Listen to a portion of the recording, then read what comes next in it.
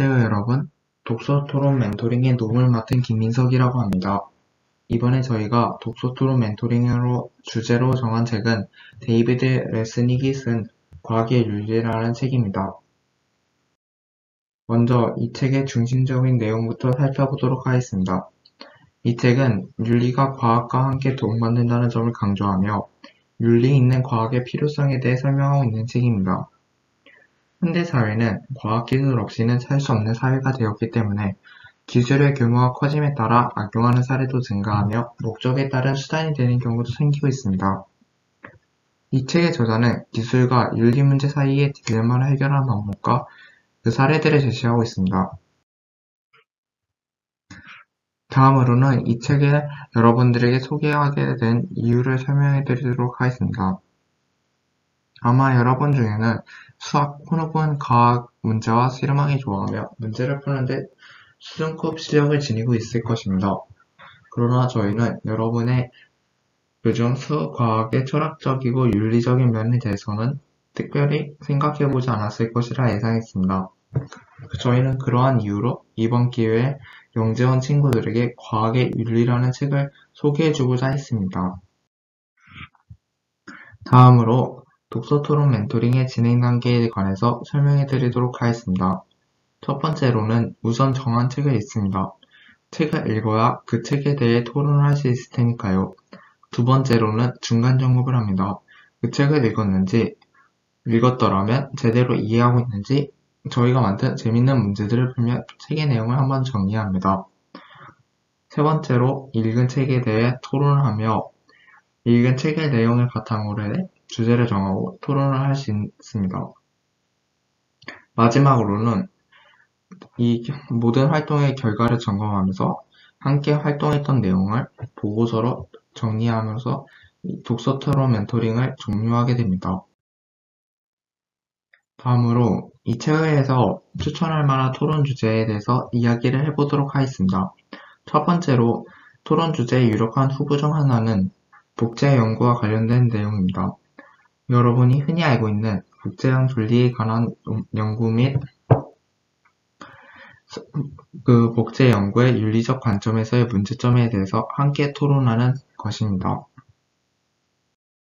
두 번째 토론 주제로 유력한 후보는 동물 실험에 관련된 내용입니다. 아마 여러분도 동물을 이용한 실험에 대해서 윤리적 문제나 이에 대한 논의를 해본 적이 있으신 경험이 있으실 것입니다. 자주 토론 주제로 나오는 만큼 토론할 가치가 있는 주제이기도 하고요. 이 토론 주제는 동물의 실험에 대해 토론하며 동물 실험의 실상에 대해 파헤쳐 보는 것입니다. 추가로 토론 이후에 동물 실험의 발전 가능성 또는 개선 방안에 대해 이야기해 볼 수도 있습니다. 지금까지 독선 토론 멘토링의 내용에 대해서 설명해 드렸습니다. 그럼 여기까지 들어드려서 감사합니다. 책 열심히 읽고 만납시다. 이사 가야 되는데 짐을 쌀 수가 없어. 이 중 90%는 뭔지 몰라서 못 버리는 전선이야. 집 정리를 먼저 해야 되는 거 아니야? 그냥 다 땅에 묻고 몸만 가자. 안 돼. 물건을 가지고 가야 돼. 마찰이 없는 진공 속에서 살면 짐을 한꺼번에 밀면 될 텐데 왜 아무도 그런 집에 안 살지? 부동산에는 두 가지 조건이 있어. 위치 그리고 숨을 쉴 공기지.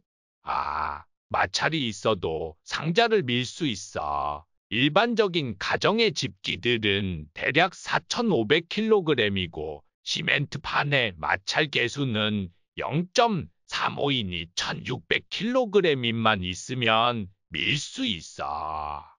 이 트럭으로 밀면 되겠네. 그냥 짐을 트럭에 실으면 안 돼. 트럭으로 짐을 밀면 짐이 망가질 거야. 역시 짐을 싸면 안 돼. 집을 통째로 옮겨야겠어. 집을 트럭에 싣는 건 어때? 연비는 휘발유의 에너지 밀도 나누기 2분의 1 공기 밀도 곱하기 집의 높이 곱하기 집의 가로 길이 곱하기 저항계수 곱하기 속도의 제곱이거든.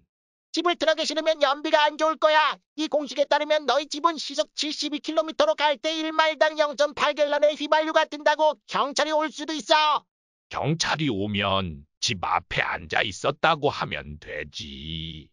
트럭은 너무 힘들 거야. 날아서 옮겨야겠어. 헬리콥터 4대면 되지 않을까? 굳이 헬리콥터를 4대 놨을 필요 없어. 제트 엔진을 달면 되지. 근데 우리 얼마나 날 수 있어? 몰라.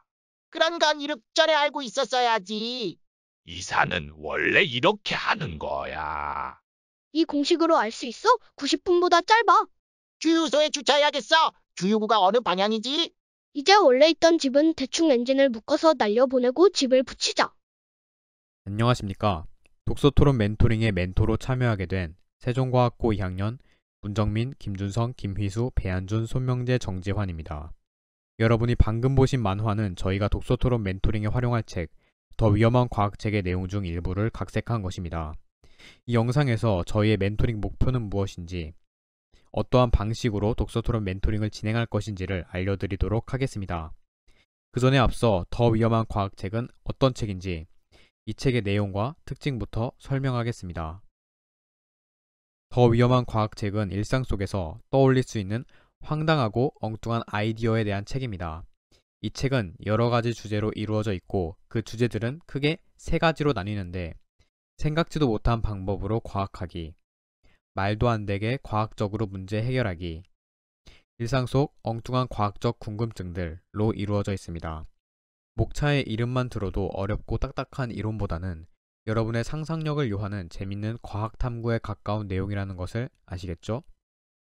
그렇다고 가벼운 내용만 있는 것은 또 아닙니다. 공기저항의 개념을 이용하여 미식축구 선수들을 밀고 가는 공식, 같은 주제에서는 여러 물리학적 개념을 사용한 설명이 과학적으로 꽤나 심도 있습니다. 그리고 답을 찾는 과정은 분석적이고 자세합니다. 이러한 점을 이용해 저희는 여러분에게 주제를 질문으로 던지고 각자 자신의 생각을 자유롭게 말하는 토론 토의 활동을 할 것입니다. 지구 반대편의 빙하를 녹여 수영장 채우기, 인공용암 해자 만드는 방법, 쓸데없어 보이기도 하고 어처구니가 없는 주제로 보일 수 있습니다. 그런데 궁금하지 않나요? 순수한 호기심이 생기지 않나요? 저희가 이 책을 고른 이유가 바로 이것입니다. 사소한 것에서도 호기심을 갖고 탐구하려는 능력을 기르는 것에 도움을 주고 싶고, 질문에 대한 답을 찾아가는 과정을 여러분이 배워가는 것, 그것이 저희 멘토링의 목적입니다. 그리고 여러분이 각자 책에서 나온 것과 비슷한 질문을 스스로 찾고 답을 구하여 여러분만의 더 위험한 과학책 챕터를 완성하는 것, 그것을 최종 목표로 두겠습니다. 세상을 바꾸는 것은 언제나 답이 아니라 질문입니다. 그런 질문을 만들어내는 힘, 엉뚱한 생각을 놓치지 않는 힘을 키워가는 멘토링이 되었으면 좋겠습니다.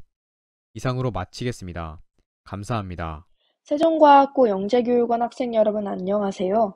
저희는 여러분과 함께 드럭 어딕션이라는 책을 통해 독서토론 멘토링을 진행하게 될 세종과학고등학교 3학년 멘토들입니다. 다음은 북트레일러 목차입니다. 먼저 책에 대해 간단한 소개를 해드리면, 이화여대 약학과 출신의 남경애 저자가 쓴 책으로 다양한 마약에 대한 기본 정보와 예방교육의 중요성을 담은 책입니다. 이 책은 특히 마약의 심각성 및 특징을 강조하며 쉽게 접할 수도 있는 마약이나 유사한 특징을 가진 물질들을 청소년들이 경각심을 가지도록 하는 책입니다. 다양한 소재를 다뤄주며 마약의 위험성만큼은 매우 강조하는 확실한 주장의 책입니다. 다음으로 저희가 이 책을 선정하게 된 과정과 왜 이 책을 읽어야 하는지에 대해 말씀드리고 싶습니다.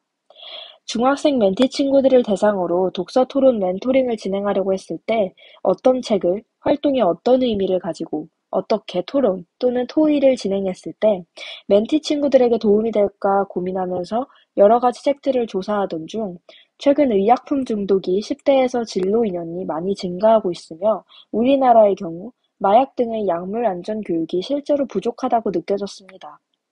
중독의 위험성에 대해 알고 실생활에서 일어날 수 있는 관련 문제들을 떠올려 보면서 토론을 진행하면 좋겠다고 생각했고, 여러 분야와 밀접하게 관련이 있는 약물 중독이라는 주제를 다룬 책이기에 각자의 관심사와 쉽게 엮을 수 있으며 앞으로 배울 교과 과정에 있어서도 도움이 될 것이라고 생각했습니다.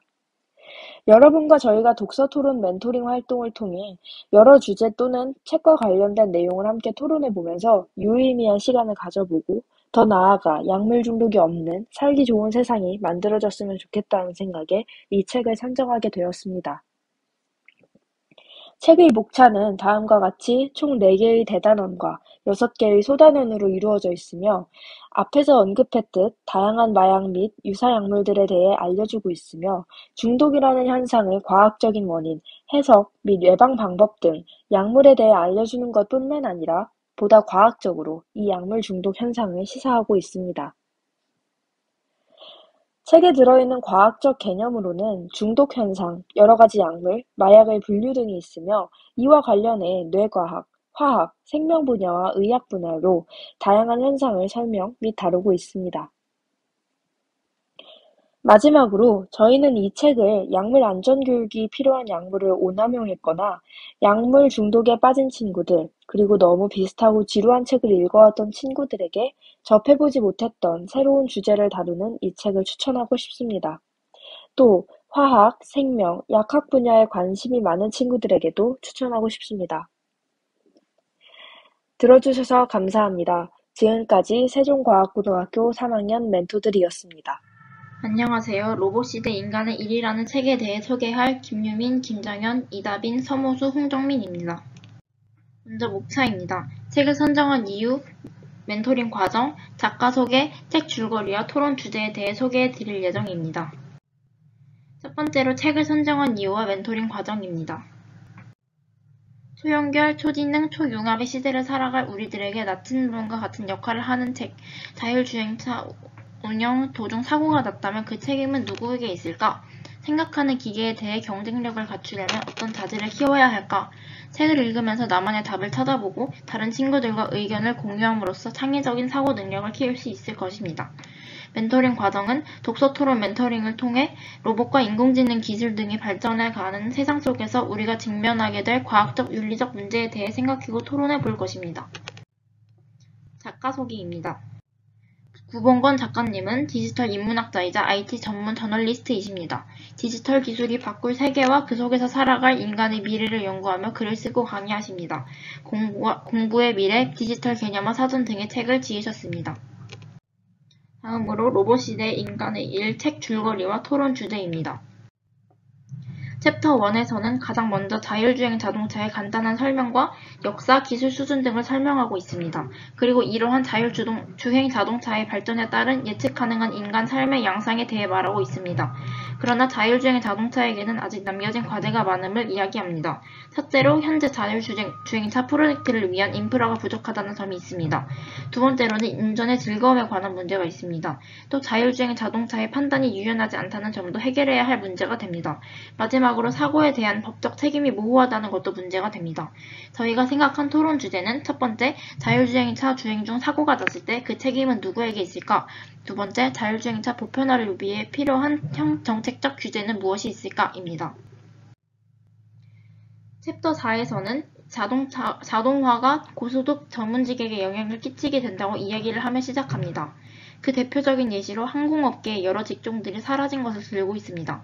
그 외에도 의료업계, 언론계, 법조계 등 여러 분야에서 인간의 일이 대체될 수 있다고 말합니다.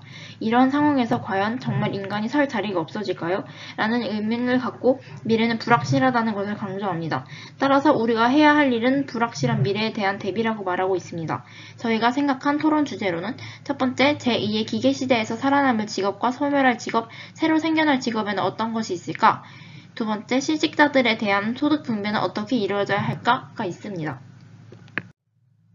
챕터 7에서는 인공지능은 많은 발전을 거쳐왔고 이미 인간을 뛰어넘었다고 말하고 있습니다. 체스 대결에서의 인공지능 승리 등으로 그 증명이 된 상태입니다. 하지만 그에 따라 인공지능이 인간의 마지막 발명품이 될 수도 있다라는 이야기가 나오는 등 그 위험성에 대한 경고도 계속 이어지고 있습니다.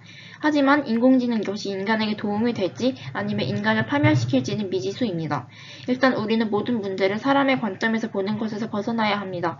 과학자들과 입법가들의 노력도 필요하지만 개인도 인간이란 무엇인가, 인공지능이 대체할 수 없는 나만의 특징과 존재 이유는 무엇인가 라는 질문에 대해 그리고 인공지능과 차별화되는 사람다운 가치는 무엇인지 꾸준히 생각해야 합니다. 저희가 생각한 토론 주제는 인공지능의 특이점이 온다면 우리 삶에 어떤 변화가 생길까? 인공지능이 만든 생산물의 분배는 어떻게 이루어져야 할까?입니다. 챕터 8은 기계의 생각과 사람의 생각의 차이점은 무엇일까? 라는 질문을 던지며 시작합니다. 기계가 모방하기 가장 어려운 인간의 지적 기능은 질문하는 능력으로 여겨진다고 합니다. 이것은 요약하자면 즉 호기심인데 이 호기심이 인간의 생각과 기계의 생각을 가장 차별화할 수 있는 것이라 합니다. 하지만 현대에서는 쉴 새 없이 들어오는 새로운 정보에 따라서 이 호기심이 점점 제 역할을 하지 못하고 있습니다. 따라서 우리는 호기심을 적극적으로 키울 필요가 있다고 말하고 있습니다. 저희가 생각한 토론 주제로는 기계가 인간의 일자리를 대체하는 시대에서 인간만이 할 수 있는 것은 무엇일까? 입니다. 이상으로 소개를 마치겠습니다. 감사합니다. 안녕하세요. 저희는 세종영재원 독서토론 멘토링 프로그램에 참여하게 되었습니다. 수학이 무고한 사람을 감옥으로 보내다 라는 주제를 다룬 법정에선 수학에 관해서 소개해 보도록 하겠습니다. 우선 책 소개입니다. 법정에선 수학은 라일라 슈넵스와 코랄리 콜메즈가 지은 책으로 수학, 과학공학, 법학, 논리추론을 다룬 책입니다. 이를 선정한 이유는 수학을 일상생활과 접목시켜 흥미롭게 느껴지도록 하기 위해서입니다. 법정에서 수학적 오류로 인해 잘못된 판결을 내리는 등 실제 사건들을 다루어 확률의 개념을 쉽게 이해할 수 있게 하였습니다. 또한 일상생활에서의 다양한 수학의 사용과 정확한 수학 계산의 중요성을 동시에 알려주었습니다. 책에서 소개하는 판결 사례에 대해 토론을 진행한다면 그 과정에서 다양한 수학적 지식을 얻을 수 있다고 생각되었습니다. 첫 번째 사건은 바로 찰스 폰지 사건입니다. 찰스 폰지는 많은 돈을 버는 아메리칸 드림을 꾸고 있습니다. 두 번의 수감 생활 끝에 폰지는 그의 꿈을 실현할 방법을 찾게 됩니다. 환율의 차이로 생기는 이윤으로 그는 사업을 시작합니다. 투자자들은 초반에 들고 간 돈을 불려주는 폰지를 보고 모두 그에게 몰려갑니다.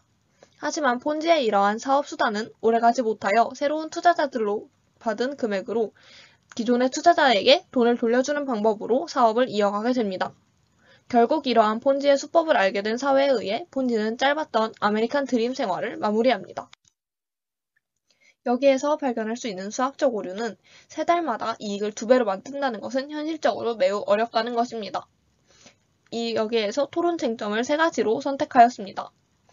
사업 방식을 알았을 때 폰지가 사업을 이어갈 수 있는 최대 기간을 예측하기, 다단계 사업이 지금도 존재하는 이유, 효율적인 사업수단 고안입니다.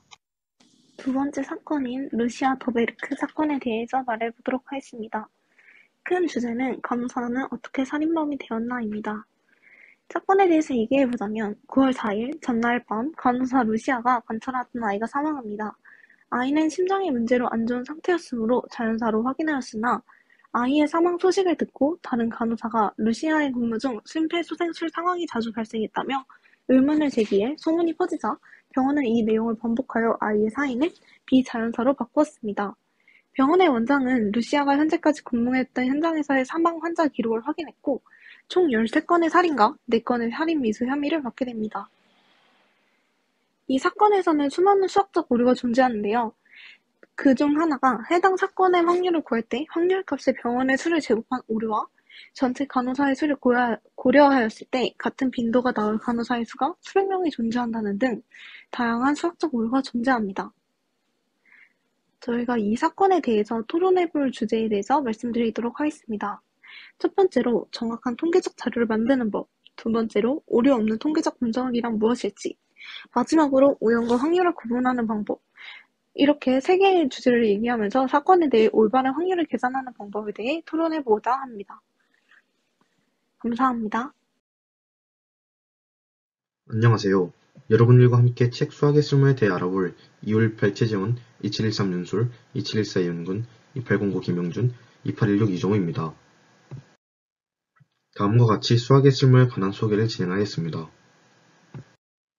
수학의 쓸모는 정보과학 분야와 수학 분야를 융합적으로 설명하는 책입니다.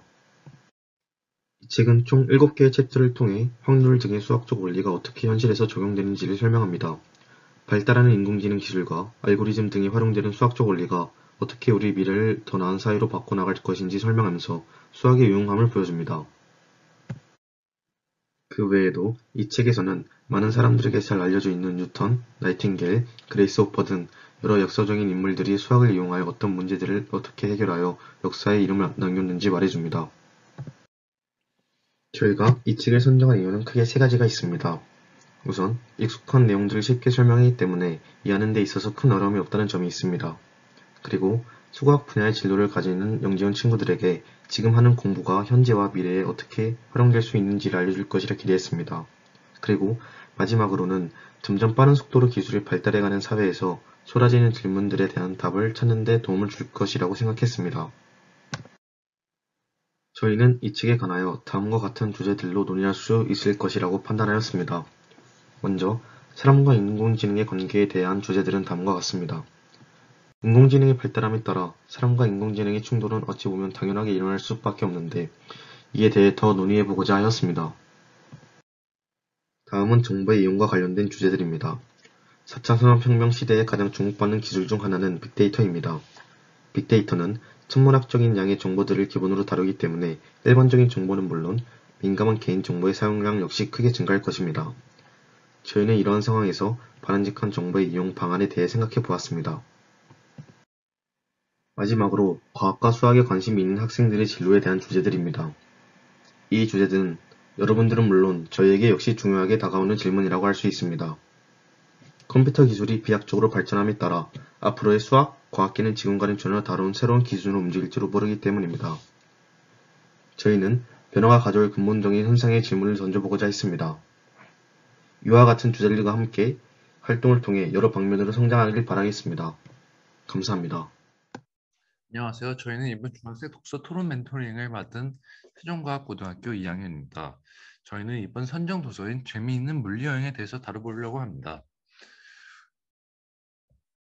우선 목차를 소개하게 된다면 재미있는 물리 내용, 책의 소개, 책 내용의 리뷰, 그다음 책의 효과하고 장점에 대해서 소개해 보려고 합니다.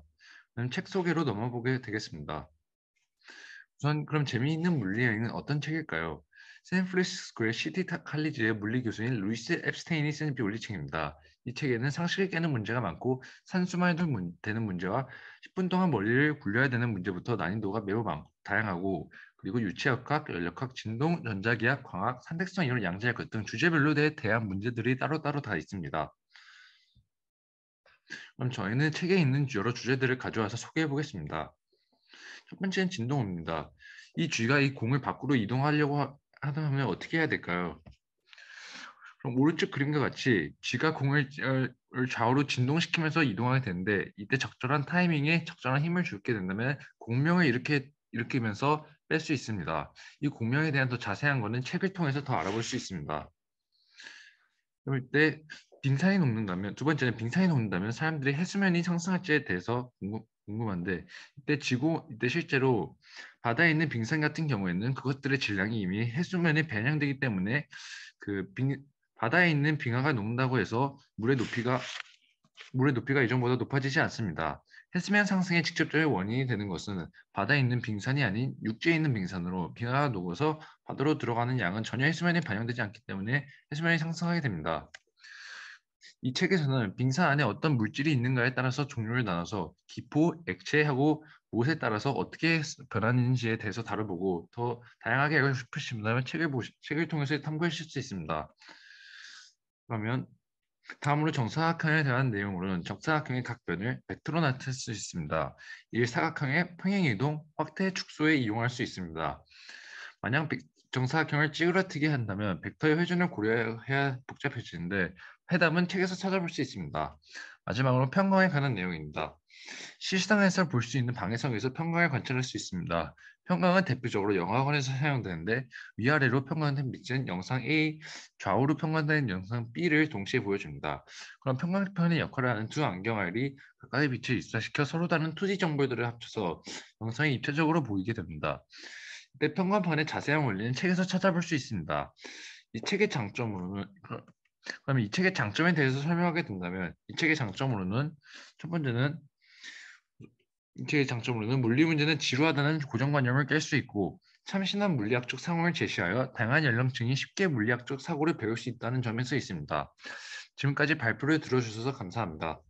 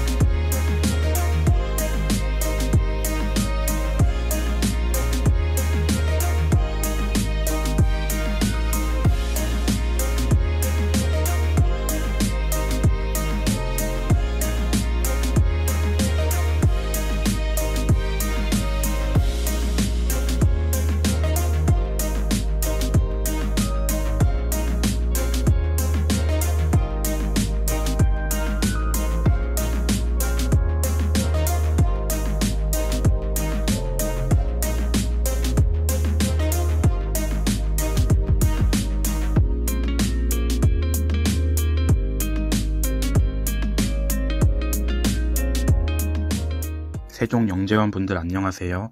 저희는 이승준 외 6명 세종과학고 독서 멘토링 팀입니다. 그리고 저는 여러분들께 이 책을 소개할 이준기라고 합니다. 저희가 소개할 책은 에드윈 에버트의 플랫랜드입니다. 플랫랜드는 각 차원에 존재하는 도형나라의 이야기를 그린 소설입니다. 플랫랜드를 읽으면 현재까지 배운, 앞으로 배울 기하학적 개념을 더 잘 이해할 수 있을 것입니다. 우리가 잘 알고 있다고 생각한 0에서 2차원의 새로운 부분, 그리고 더 높은 차원의 이야기를 배울 수 있습니다. 차원에 대한 개념을 확실히 이해하는 것은 고차원 모형을 이해하고 복잡한 기하 문제를 해결하는 데도 도움을 줄 것입니다. 또한 우리가 수학적, 과학적 탐구를 하며 일상적인 인식과는 다르거나 반대되는 결과가 있을 때 그것이 논리적으로 맞다면 인식의 한계를 뛰어넘어 그것을 받아들이고 상상해 볼 수 있는 능력을 배울 수 있습니다. 책의 중반부까지는 2차원 세상에 사는 도형들의 특성, 계급 사회, 법칙들에 대해 다룹니다. 도형들이 서로를 어떻게 인식하는지, 2차원에서의 자연현상, 중력이 어떻게 작용하는지 등 수학이 가미된 설정들을 묘사하고 있습니다. 설정에 대한 묘사들이 자세하고 흥미로운 내용들이 많아 책에서 재밌는 부분입니다. 책의 중반부부터는 서술자인 2차원의 도형이 0, 1차원의 나라에 가서 40만의 세상에 사는 1차원 도형과 점을 이해시키려 노력하지만 결국 그들의 인식의 한계 때문에 이해시키지 못합니다. 이후 그는 구 선생님을 만나 3차원을 가게 됩니다. 이후 2차원의 도형은 구 선생님에게 4차원도 존재한다는 것을 유추법을 통해 납득시키려 하지만 구 선생님 또한 자신이 가보지 못한 4차원을 이해하지 못합니다. 이후 이야기는 2차원의 도형의 꿈에서 구 선생님이 4차원을 납득하고 함께 4차원과 이를 넘어서는 차원들을 상상하며 끝이 납니다. 책의 마지막 부분을 통해 우리는 인식의 한계를 넘어 유추하는 자세를 배울 수 있습니다. 플랫랜드라는 소설이 어떤 내용인지 잘 아셨나요? 우리는 플랫랜드라는 소설을 통해서 차원이라는 개념을 접할 수 있었습니다. 다만 아직 차원이라는 것이 정확하게 어떤 것인지는 모를 수도 있을 것 같습니다. 차원이란 하나의 점을 표현하기 위한 축의 개수를 말합니다. 예를 들어 평면에서는 X축과 Y축만 존재하기 때문에 우리는 평면을 2차원이라고 부르고 이에 Z축이 추가되면 우리는 이것을 공간, 즉 3차원이라고 부릅니다. 이 책을 읽은 후 더 탐구해볼 만한 주제로는 4차원 도형이 있습니다. 주인공인 정사각형이 3차원의 스페이스랜드를 다녀오기 전에 정사각형의 손자는 어느 날 이런 말을 합니다. 3은 길이를 나타낼 수 있고 3의 제곱은 넓이를 나타낼 수 있다는 걸 알았는데 그러면 3의 세제곱은 어떤 기하학적 의미를 가지나요? 이를 지금 우리가 존재하는 3차원의 세계로 대입해보면 과연 길이의 4제곱은 기하학적 의미를 가질 수 있을까요? 화면 우측 상단에 나와 있는 사진을 보시면 이 건축물은 파리 라테캉스 지역에 있는 신개성문입니다. 어떤 도형에서 영감을 받아 지어졌을까요? 이는 화면 우측 하단에 보이는 정육면체에서 출발한 4차원 도형인 초입방체를 모티브로 삼아 만든 건축물인데요. 생각한 것과 다르게 간단하죠? 실제로 많은 분들이 4차원 도형이라면 어렵다고 생각하셨을 테지만 1차원부터 차례대로 논리적으로 확정시켜 나가면 4차원 도형의 성질을 찾아내는 것도 어렵지 않습니다. 이 책을 읽은 후에 이런 논리적 흐름을 이해한 뒤 초입방체, 클라인병과 같은 4차원 도형의 예에 대해 더 탐구해보는 시간을 가질 수 있을 것입니다.